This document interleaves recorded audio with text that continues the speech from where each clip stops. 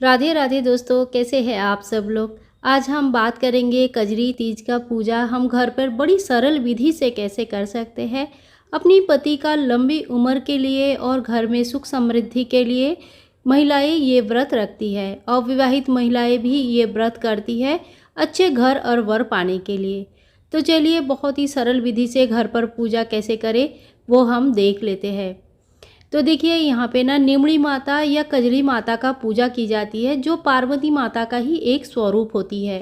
तो इसके लिए नीम डाल एक या तो नीम का एक टहनी ले लीजिए, उन्हीं का पूजा होता है। और इसमें मैंने एक पूजा सामग्री में मैंने दिखाया था क्या क्या सामग्री चाहिए, आप चाहे तो वो वीडियो एक बार चेक कर सकते हैं। तो देखिए इसमें मैंने थोड़ा सा दूध डाला कच्चा, और इसके बाद जो है पानी डाल के यहाँ पे एक तालाब बनाया है। तो तालाब आपको इसी तरह से बनाना है, और इसके बाद हमें जो है रोली का टीका करनी है चारों तरफ। तो इसीलिए तालाब का और नीम के डाल का, नीम के टहनी का, दोनों का इस दिन पूजा की जाती है। और जो कजरी माता है, कजरी तीज के दिन जो कजरी माता है, और या तो इनको निमड़ी माता भी कहा जाता है, इस तीज को बूढ़ी तीज कहा जाता है, सातुरी तीज कहा जाता है। तो इस दिन जो है नीम के टहनी का पूजा का बड़ी महत्व है। तो इसके बाद मैं थोड़ी सी हल्दी लगा देती हूँ, और इसी तरह से हम जो है तालाब का और नीम का दोनों का पूजा कर लेंगे। तो देखिए इसी तरह से आपको भी घर पर पूजा करनी है। और जैसे ही हमने तालाब का पूजा कर लिया है, तो इसके बाद आपके पास अगर फ्रेश फ्लावर है तो आप फ्रेश फ्लावर से इसको थोड़ा सा डेकोरेट कर ले, और अगर नहीं है तो मैंने जैसे आर्टिफिशियल फ्लावर से डेकोरेट किया है, इस तरह से भी आप डेकोरेट कर सकते हैं। कुछ फ्लावर आपको ऐसे लेनी है, कुछ फूल ले लेनी है, जिससे हम तालाब को और माता को चढ़ाएंगे, तालाब को थोड़ा सा सजाएंगे। आपने अगर हो सकता है तो मिट्टी का कजरी माता बना के, निमड़ी माता बना के पूजा कर सकते हैं, और नहीं तो सिर्फ नीम की टहनी को पूजा कर सकते हैं।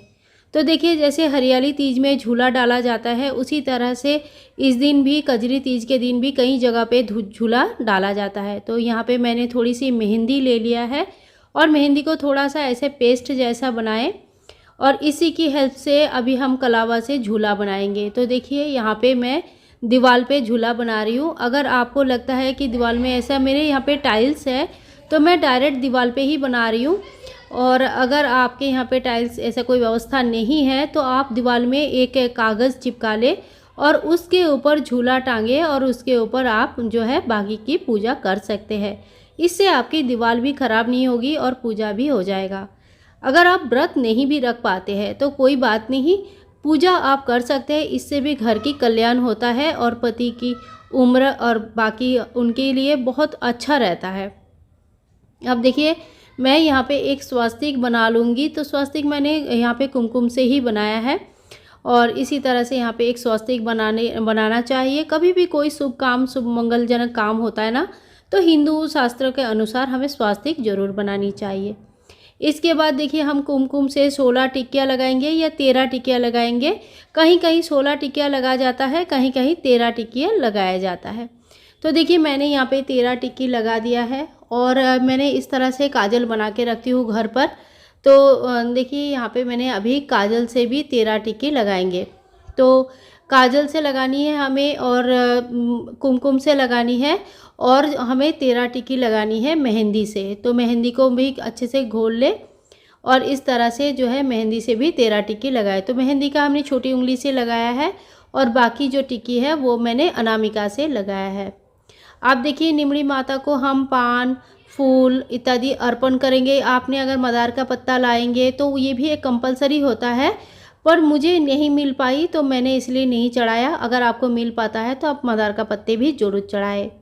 इसके बाद देखिए एक घी का दिया मैं यहाँ पे प्रज्वलित करूँगी, और ये पूजा शाम को होती है। तो इस दिए की जो उजाला होता है, इसी दिए की उजाले में हमें ये पूजा करनी रहती है। तो देखिए यहाँ पे जो है दिया प्रज्वलित करने के बाद यहाँ पे सातु का भोग लगाया जाता है। यह जो है मवा और घी इत्यादि दे के बड़े अच्छे से पकवान एक बनाया जाता है। तरह तरह का पकवान बनाया जाता है। ये आप चाहे तो आटे से बना सकते हैं, आप चाहे तो इसको चने के आटे से बना सकते हैं, चावल के आटे से बना सकते हैं। तो अब देखिए ये निमड़ी माता को मैं सुहाग का सामान जो है अर्पण करती हूँ और यहाँ पे रखती हूँ। तो निमड़ी माता को जो सुहाग का सामान चढ़ता है वो और जो बायना आप निकालेंगे वो दोनों सुहाग का सामान अलग अलग होता है।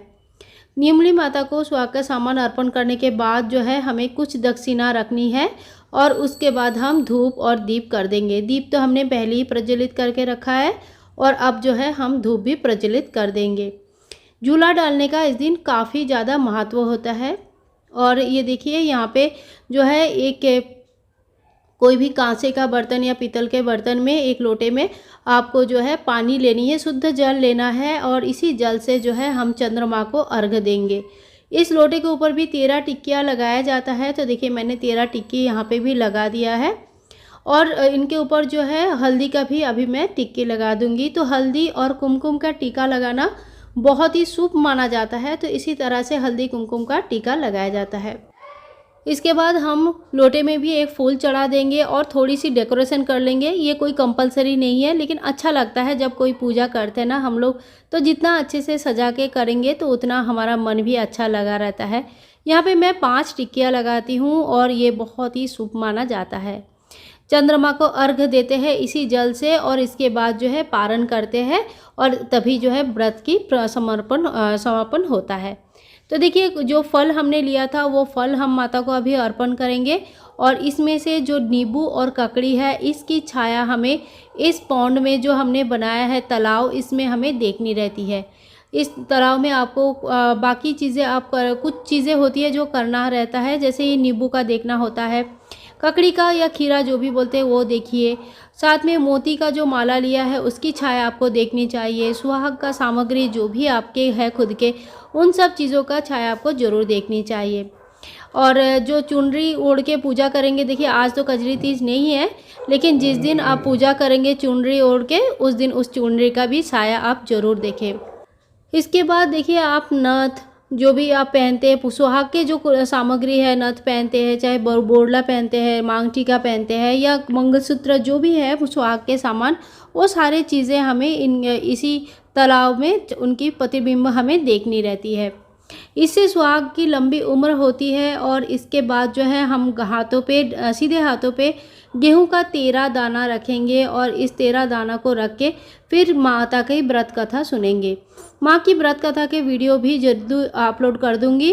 और इसके बाद व्रत कथा के बाद थोड़ी सी हमें गेहूं चढ़ानी है माता को, तिमड़ी माता को थोड़ी सी तालाब में चढ़ाएंगे और थोड़ा सा इस पानी में चढ़ाएंगे, जिससे हम अर्घ्य देंगे चंद्र भगवान को।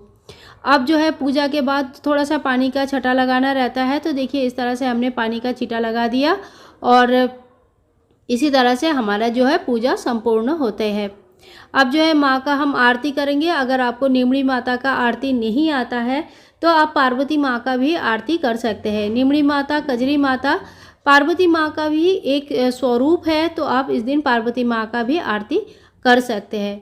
तो दोस्तों ये बहुत ही सरल विधि से मैंने आपको दिखाया है कि कजरी तीज का पूजा घर पर कैसे कर सकते हैं। व्रत नहीं भी रखते हैं तभी भी पूजा कर सकते हैं, इससे भी घर का काफ़ी मंगल होता है। तो दोस्तों ये जो सुहाग के सामग्री है इसमें से कुछ आप प्रसाद स्वरूप रख के बाकी चीज़ें बायना स्वरूप निकाल सकते हैं। अपने घर के जो बड़े हैं, सासू माँ है या जो भी घर के बड़े हैं, उनको आप दे सकते हैं। थोड़ी सी दान दक्षिणा भी इस दिन करनी चाहिए और जितना आपका संभव है, जितना आप कर सकते हो उतना दान दक्षिणा जरूर करें। दोस्तों मिलते हैं नेक्स्ट वीडियो में, तब तक के लिए विदाई दे। हरे कृष्णा, राधे राधे, जय माता दी।